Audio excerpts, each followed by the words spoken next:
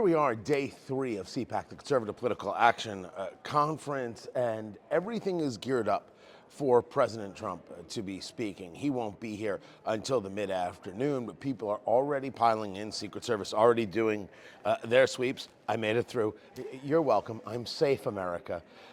Day 2 was a day for really a lot more of the policy conversation, really, if you will, a day for more of the, okay, what's about to drop next? And I think we saw that when we saw the moves made in the Pentagon, what the political left referred to as a purge, nothing more than the removing of the chairman of the Joint Chiefs and a replacement of the chairman of the Joint Chiefs. That happened at the end of the day. It was actually quiet in terms of big things happening on the stage. So much of what happened the day before with the J.D. Vance speech and the Elon Musk speech. My take is that CPAC is not poorly attended, but rather differently attended. You certainly have less young people here. That much cannot be understated. You have less young people here than you have years past. It's because they have options, right? You have Turning Point USA and other conferences that are going on, Freedom Fest, a bunch of things happening that might more grab their attention, something for the people here to be concerned with. But the people here are bought in on Trump on every single level, and they're willing to let it ride. They're willing to let everything happen from this election because they won.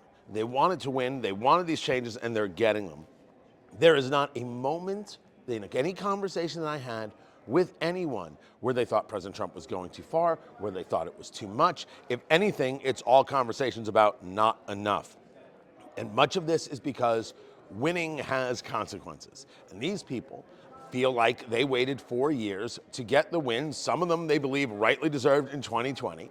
And now they want to get this done. And also, they were promised. The idea that America is not on board with cuts, not on board with these moves, not on board with these executive actions, doesn't comport with what we see in polling. It doesn't comport certainly with what we see here, something you would expect here. They want to see the action. They want to see the results of their votes. This is, in large measure, what they voted for, and they want to see it. Now, that may shock some people on the political left. It really isn't shocking to the people on the political right who said this is exactly what we want, and what's happening here is an echoing of that and approving of that. We're going to see how President Trump's speech goes. I am assuming he's going to tear down the House, as he often does. But we were able to get some really good stories out of CPAC, the Conservative Political Action Conference, whether that be with Chloe Cole, whether that be with the U.S. oil and gas people, Erica Donalds, the wife of Congressman Byron Donalds, on the conversation of education, Stephen Yates on foreign policy, and Ukraine, which could be the thing where you see maybe Republicans have more divide. Well, we'll wait to see how that plays out.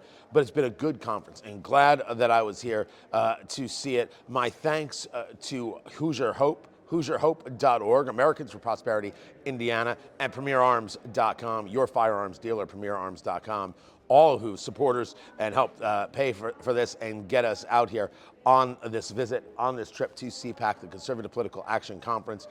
There's more. I've got, of course, all the shows we live stream, so we have video coming from that. We'll be sharing to WIBC.com and a whole host of places, so you'll be able to see it there. Can't thank you guys enough for listening, for watching. I'm back in studio on Monday, and I'll catch you then.